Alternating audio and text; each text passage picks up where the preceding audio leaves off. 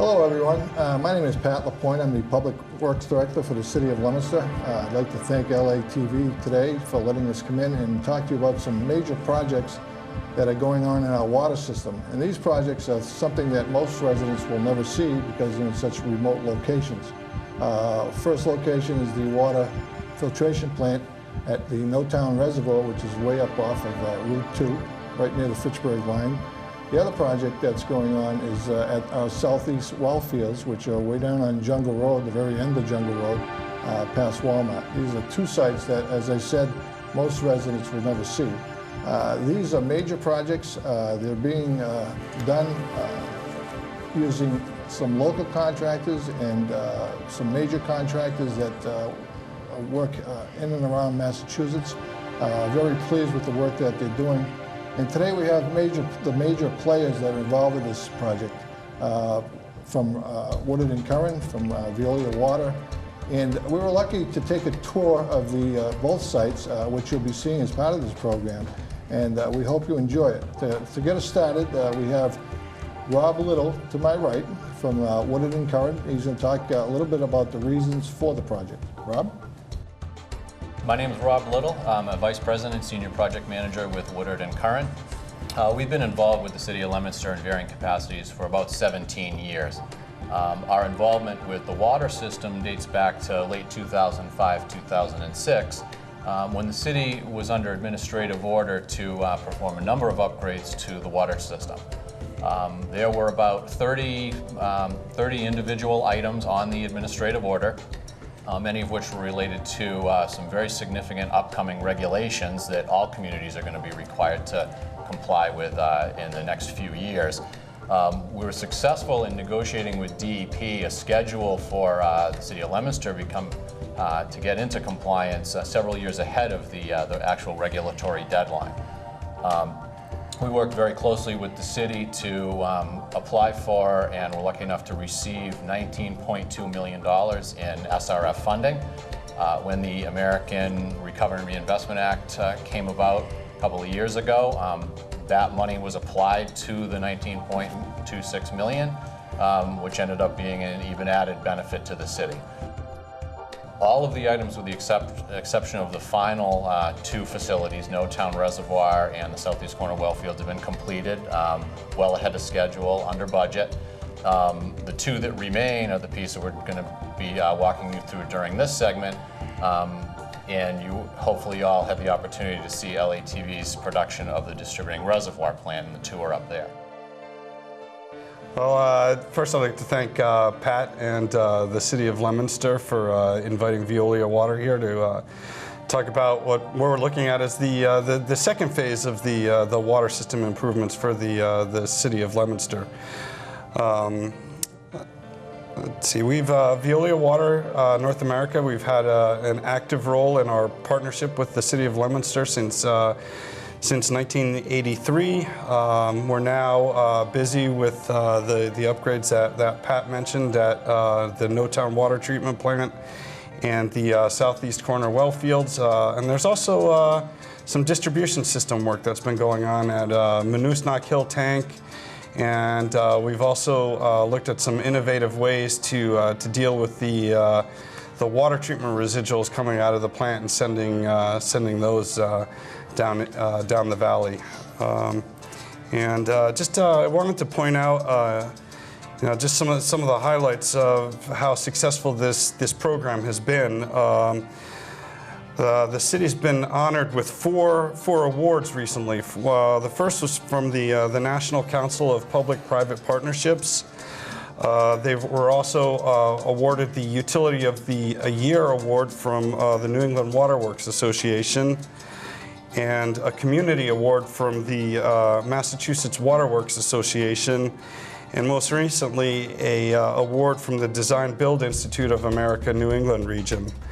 None of this work could have been successful without the expert field personnel that we have. And I have with me today Steve Mallat, who was the project manager with Veolia Water North America for the first phase of the upgrades at Distributing Reservoir, and that was a very successful project implementation. And now Steve has been active in the past year and a half with the water system improvements at the NoTown plant and southeast corner Wellfield. Thanks to LATV today for letting us talk with the citizens of Leominster on this important water system improvements project. We mobilized to the NoTown water treatment plant site in May of 11 and proceeded to do the civil work for the clarifier building, which houses the new water treatment filtration system, and the chemical building, which will house all the chemical treatment process equipment for the upgrades there at NoTown. Simultaneously, we also started the pipelines replacing the existing 20-inch water main that follows Monoosnock Brook and between Route 2 and Monoosnock Brook. We ran a 24-inch water main from the plant under Monoosnock Brook and up to Monoosnock Hill Tank. And then leaving Monoosnock Tank, we ran a 30-inch main down to West Street Extension, where we tied into the 30-inch at that location.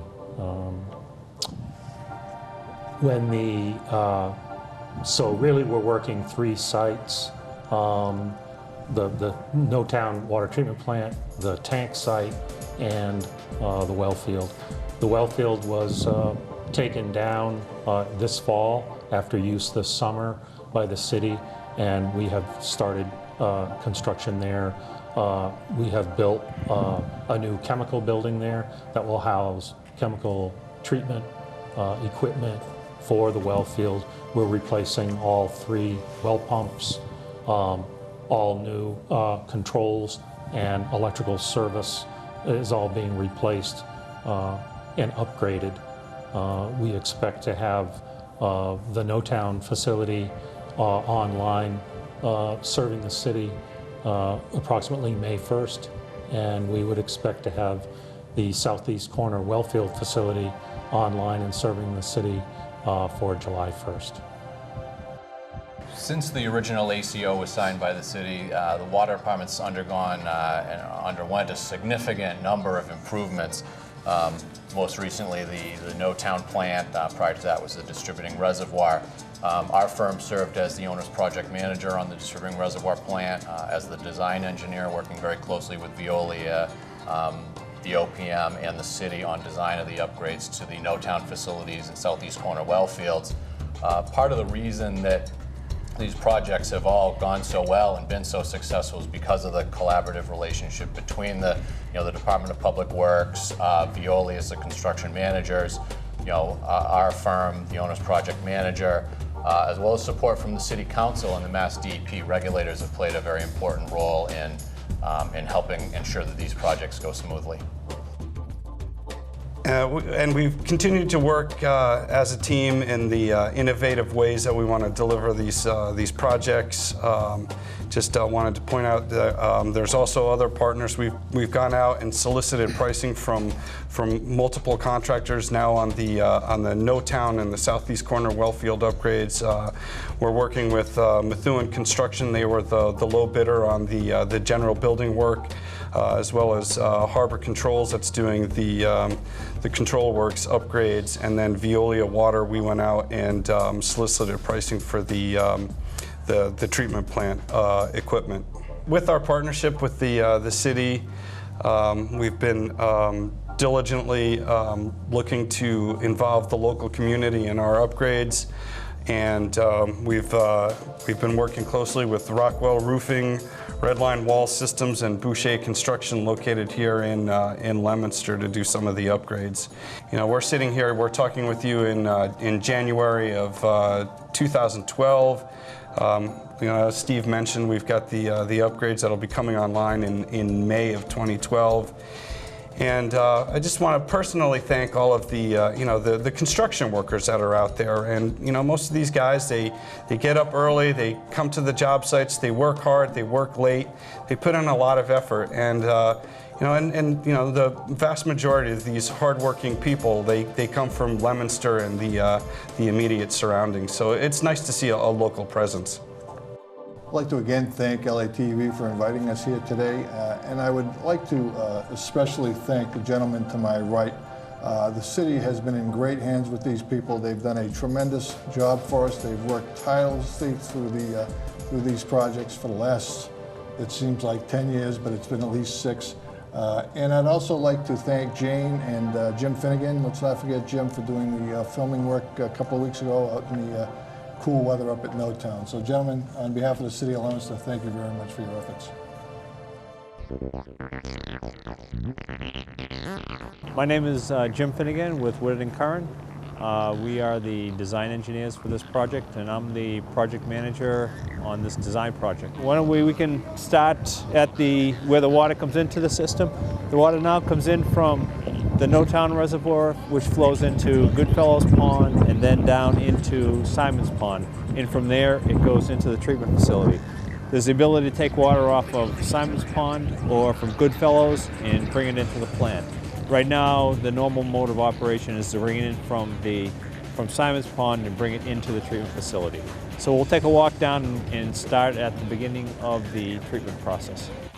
When the plant was originally built in the 1930s, this portion of the building was settling basins that allowed the water to settle and a lot of the heavier particulate matter to fall out before going into the filters that are located in the brick building behind us. These were taken out of use a while ago. One of the 2 tanks now is used to store backwash water from the filters, and this portion of the tank here was left empty and was used for storage. So as part of this project, with the need to put in new clarification process for the filtration system in order to remove more of the organics from the water before entering the system and being able to lower the disinfection byproducts in the system, we're able to reutilize this tank and use it to put in the new pumping facilities that are needed for the clarification process, as well as the chemical feed facilities, chemical storage facilities, and the electrical room for the new portion of the plant. So the tank looks a little rough now. The exterior of the tank, we're trying to repair some of the concrete work on the outside of it. Well, that'll tighten up the outside of the tank. We're putting in new doors for entrance into the tank. So why don't we go inside and we'll take a look at what's inside of the tank. This at one time was just an empty concrete storage tank. It allowed water to come into it. It would flow through the tank, solids would settle out, and the clarified water would then go into the filters. So what we ended up doing was we raised the floor of the building by about 4 feet to give us a nice level surface for the equipment. These walls here were bare concrete. We insulated the walls, put in a fiberglass coating on the outside to provide some ability to provide energy conservation for this facility. And then there's some new rooms within this structure to house the electrical facilities, the heating facilities, and the fire protection facilities. On this side here, the water will come into the building. The pipeline comes up underneath the floor, and it'll go through 2 raw water pumps. And one pump is in here, that's this green pump here. The second pump will go beside it. The water will come up, we'll pump the water from Simon's Pond, and we're going to pump it through some new piping here that will then go up into the clarification building beside it. On this side here, we're putting in new chemical storage facilities. These provide the coagulants that are needed to remove the impurities from the water before going into the clarification system. These are the 2 bulk storage tanks that will hold alum. That's where the bulk storage is. That is pumped into day tanks. Day tanks is a kind of a smaller tank that allows them to track how much chemical is being used on a daily basis. And from there, you have the chemical feed pumps that take the chemical out of the day tank and we'll pump it across the room and into the pipeline prior to the static mixer before going into the clarification system. So there's 2 storage tanks here for alum. There'll be some facilities next to it for polymer. And in one of the rooms at the far end of the structure, it will be some new soda ash facilities to adjust pH to ensure that we get the proper chemical mixture going for coagulation before going into the clarification process. So the chemicals will be added to the water here. They'll go through a mixing, static mixer before going to the building next door. So that will allow the coagulation process is kind of a 2-step process. One of them process is to neutralize the chemical charge of the colloidal material in the water. And that's like when you have 2 magnets with the same polarity and you can't get them together. That's what, when the water has some of the colloidal material in it of the same charge, they tend to repel each other and stay in solution. So the coagulant will allow this, the charges to be neutralized, and that allows the materials to kind of agglomerate, come together, form larger material, larger coagulated particles that makes it easier to take out during the clarification process. It also, the coagulant will allow some of the dissolved materials in the water to be precipitate out, go from a liquid to a solid, and again, allow it to agglomerate into larger particles, and we'll take that out during the clarification process also. So that'll take care of most of the material that's in the water prior to the existing filters. This is the electrical room for the new portion of the plant. So you have the main feed that comes in from Unitel, that comes in from underground, goes through a transformer, and then there's underground conduits that come into this room. So there's a main panel here, and then from here we have the motor control centers for the pumps, the variable frequency drives that allow us to get the most efficient energy use out of the pumps and other facilities that are in the plant. And it's also the lighting panels, and all the electrical kind of heart of the plant is located here, and then it goes out to the building next door and into the rest of the chemical building here. And these are the prefabricated Clarify units that are made by the Siemens company. These are used to remove the coagulated material from the water prior to filtration. So the water that is chemically treated in the building next to us will come into the building, into this building, and then will be connected into here, and the water will flow into the tank, up through the tank, over some wear boxes that are located in the top, and then flow out after being treated here and go over to the filters. So located within this tank is a 4-foot layer of plastic media. So this media is small, oblong-shaped plastic beads that are lighter than water. So when the water comes into the bottom of the tank and up through the tank, they'll float. And there's a stainless steel screen at the top of the tank to keep them in place. So the coagulated water will go up through the tank, mix with the media, and the coagulated particles that has to be any of this particulate matter, precipitated material that's chemically treated will tend to absorb or stick to or attach to the plastic media. And that's the method of removal of this material from the water.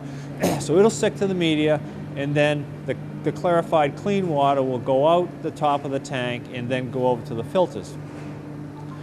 The filters have a lot finer media in those tanks, and that is used to remove any of the small particles that do get through this Clarify unit, these Clarify units, and it also polishes the water prior to disinfection and going into the clear well and then into the distribution system.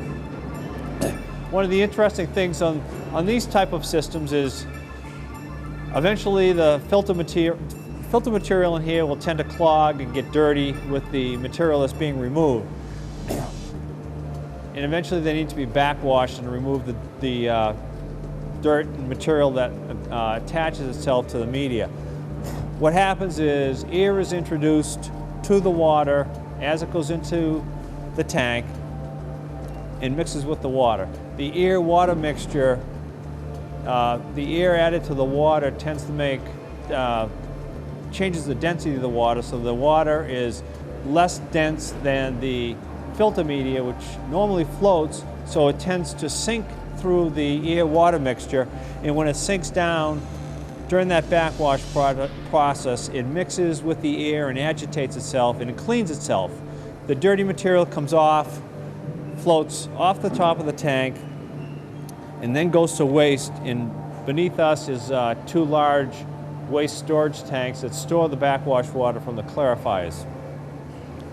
When the backwash process is done, the air is stopped, only water is going into the tanks, the media floats back up against the screens, and the clarifiers go back into service. It's kind of a nice process, very simple, straightforward, and it does the job. This is the new standby generator that will run the plant if there's a power failure here.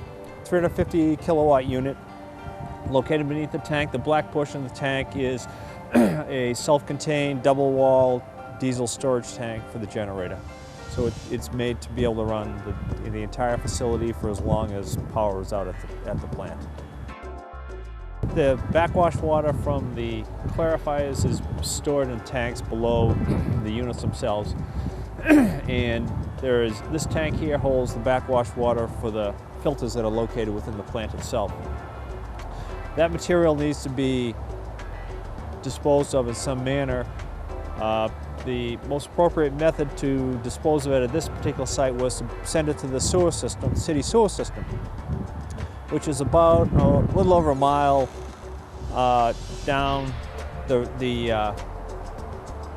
down on West Street. So we're just trying to figure out what's the most cost-effective way to get the residuals from the plant down to West Street. So we looked at, we need about a 6-inch line, and that's what this black plastic line is. This is high density polyethylene pipe, and that will take the residuals from the plant here and send it down to the sewer system. There are control valves located on both of these facilities to be able to release it when needed and what the appropriate times are. But an interesting part of this project is one of the improvements at the plant here was to install a new discharge main that goes from the plant down to West Street, where the water goes from the plant and goes into the distribution system. So we installed the new larger discharge main from the plant, and that'll give the plant some additional capacity to send water into the system, and it also improves the reliability of the water supply getting from the plant into the distribution system. What it did allow, though, was the old 20-inch main that used to run from the plant down West Street and into the distribution system was now in the ground but not being used. So in order to save money and to provide a more environmentally sensitive construction method, it was decided to slip line this pipe through the existing 20-inch main that runs from here down to West Street and goes by the end of the existing sewer system.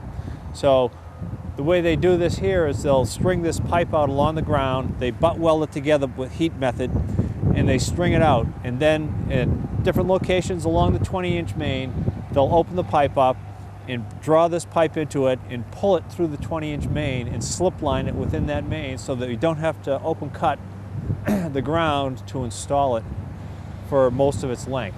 So not only is it less expensive and more environmentally friendly, but also it's a little less obtrusive to the people that live in the West Street neighborhood that it goes through. Do a quick look inside the plant and get into the area where the existing filtration system, and you just see where the clarified water goes to, what it goes through before it's finally disinfected and goes into the distribution system.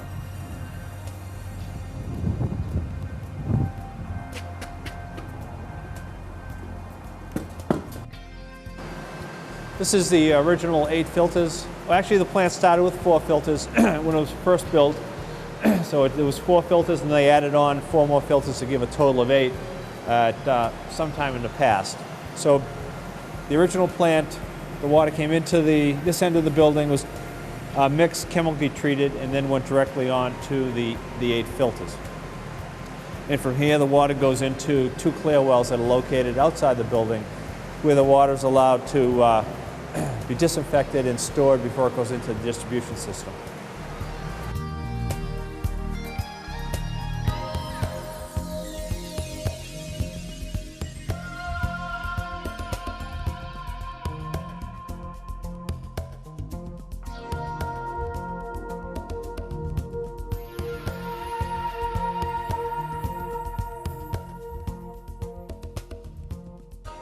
This part of the plant was renovated in the 90s and went from chemical storage feed facilities for the plant into kind of the office, control room, lab.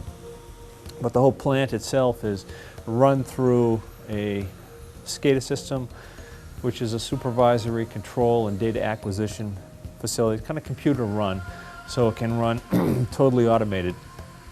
So it's automated now. And part of our project is to add on to the facilities, to add on the new clarification process, chemical feed, pumping, etc., and upgrade the SCADA system to be able to accommodate all of the new mechanical equipment. So this facility here is pretty small and straightforward, but the whole plant is run through this system here. There is radio communication with some of the other facilities in the city, and you can monitor not only this plant but the other plants too from this SCADA system.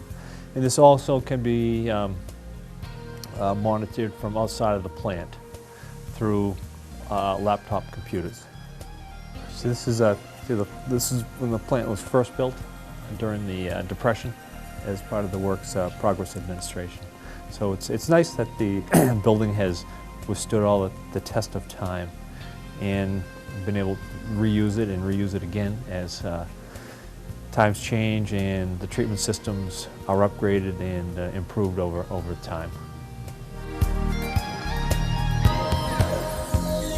We're now kind of below the filter room itself, and this is called the pipe gallery.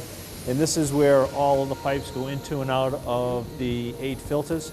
So the clarified water will go into the filters this way, and the filtered water comes out of the bottom of the filters, goes down, goes out through the floor, and goes out here to the 2 clear wells beneath us. Part of the work that we're doing here as part of the improvements of the plant itself is just to add what we call a filter to waste system to the filters. And what it does, if we walk down here a little bit, I'll show you each filter is monitored, watch your step, for turbidity coming out of the filters to ensure that each filter is operating properly and you're getting the cleanest possible water out of each filter at all times.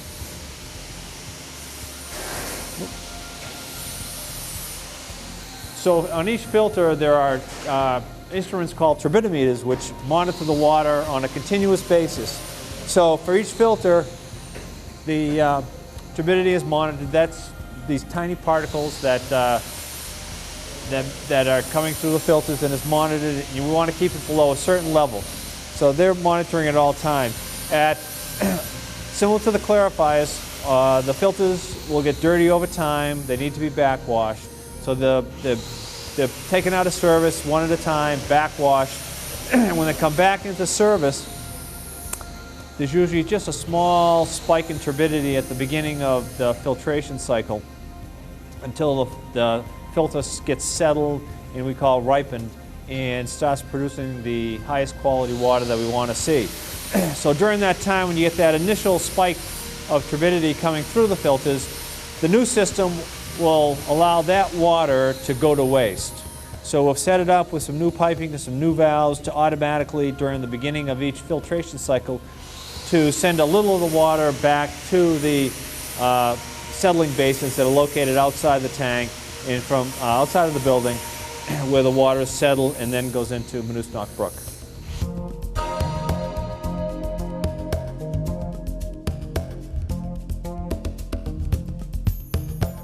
Right now we're standing on top of the two clear wells that store the water that is filtered.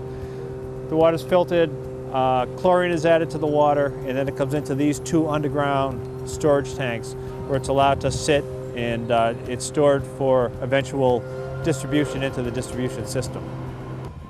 From the plant, the water line runs down parallel to Monoosnock Brook, and from along Monoosnock Brook for a little while, then crosses under the brook, goes up the other side to the Monoosnock Hill tank. And part of the work too was, in addition to replacing the pipeline and increasing its capacity, was to do some improvements at the Monoosnock tank. And one of the improvements was to increase the turnover of water there, reduce the water rage in the system. And by reducing the water rage in the system, we're able to minimize the generation of disinfection byproducts in the system. So part of this project was to direct all the water from the plant now will go directly into the tank, through the tank, and into the distribution system. And the water is as fresh as possible, there's no stagnation areas, and we reduce the whole water age in the system and reduce the amount of disinfection byproducts that are generated later in the system. Actually, along this stretch here, we're standing over, right about here is the old 20-inch main that came down from the plant. And on this side is the new 30-inch main that now comes down from the plant. This one, once it got into, the new line got into service, the old main was used to slip line the 6-inch residuals main. The plastic pipe was slip lined through that existing main there. And that allowed us to stay within this rather confined area and minimize the impact to the brook and the woods next to it. The existing power to the plant used to run up, correct me if I'm wrong, Pat, the existing power to the plant used to run up this way. And during that ice storm, it was all taken down. So then Unitil came in from the other side through a new easement that was a little more protected and brought it in from the other side to improve the reliability. This is the new water main comes down this access way here, and from here we cross underneath the Monoosnock Brook. We've tried to find a spot that would have minimal impact to the brook itself. I think once the plant material grows back, no one will even know that there's a pipeline crossing here, and then it goes up the hill and up to the storage tank. The old water main that runs down here continues down along the bend on Route 2 and runs somewhere under the embankment on Route 2 and then comes back down onto West Street further down. And this was one of the advantages of being able to slip line the existing water main. It's really in an inaccessible location, but we're able to slip line the 6-inch residuals main through the 20-inch main here and around the bend, and then we opened it back up again on the other side by West Street and pulled it out on that end. We hypothesized that over time, when they expanded the size of Route 2, they kind of pushed the embankment over the water main, because you go right from the Route 2, you come down a steep embankment, and then there's another wall right along Monoosnock Brook, and it's somewhere up there, and it's really in an inaccessible location for pipelines. So it allowed us to have the residuals main kind of flow by gravity all the way down. If we went and followed the pipeline route, we would have to go uphill, downhill, and it would have created some hydraulic problems for the residuals main. So this allowed us to, everything to now flow by gravity into the sewer system, and no need to pump it. So it worked out well.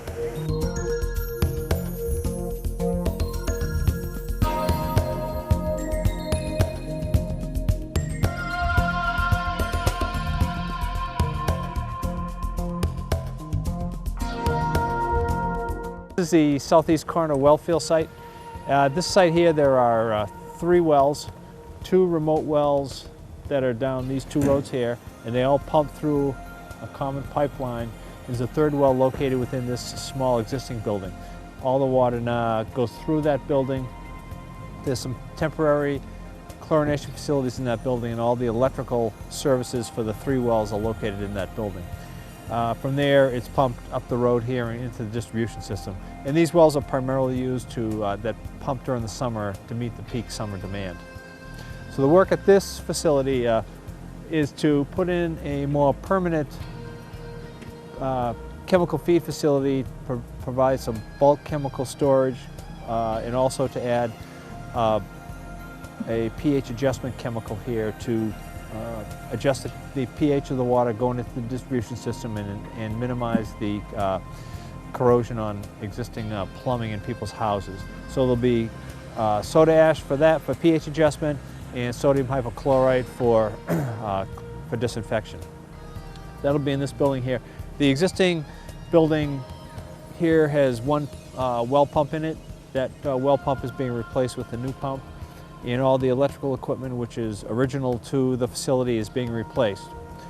So the electrical system in there is being replaced. New variable frequency drives are being added for each of the well pumps, and that will be able to provide flow control for the wells and be able to reduce the energy consumption at the well field.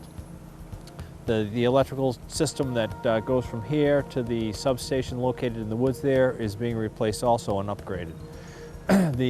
All the 3 wells are being cleaned and new pumps being installed in the wells. So they'll all be upgraded as part of the electrical system. And you can't see here, but in the back of the building will be a new standby generator to provide standby power and increase the reliability of the system during a power failure.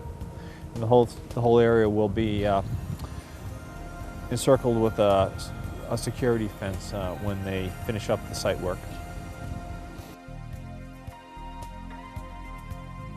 So in here there'll be, this tank is the bulk sodium hypochlorite tank. That'll actually be installed there on that pad there. There's a containment area in case there's a leak or a spill. On this side here will be the dry soda ash feed system will be located there. And what will take place is all of the piping from the 3 wells will be diverted and come up through the floor of this building, run along that back wall, and then go back down through the floor. So all the chemicals will be added in this facility. There'll be a static mixer here, and then it'll go back down through the floor and tie back out into the main that's located outside of the building.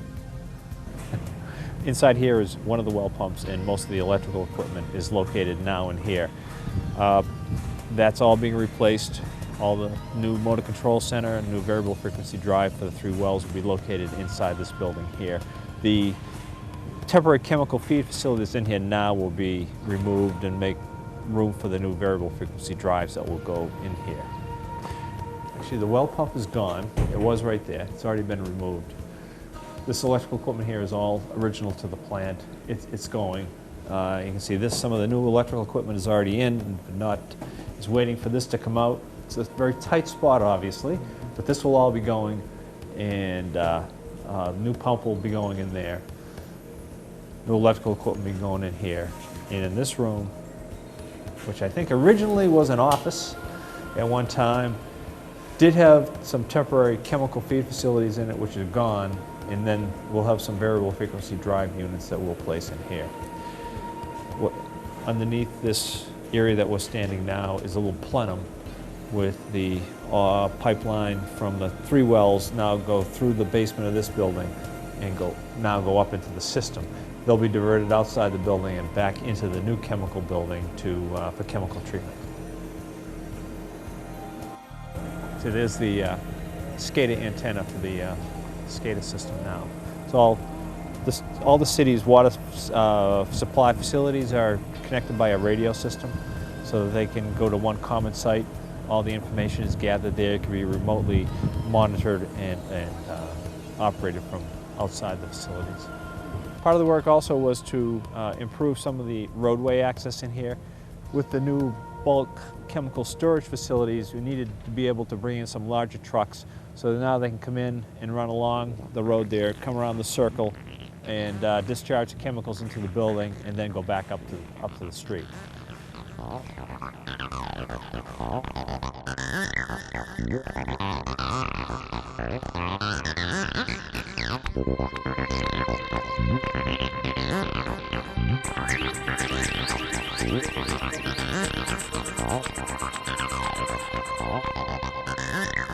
This may be the biggest thing that's ever happened.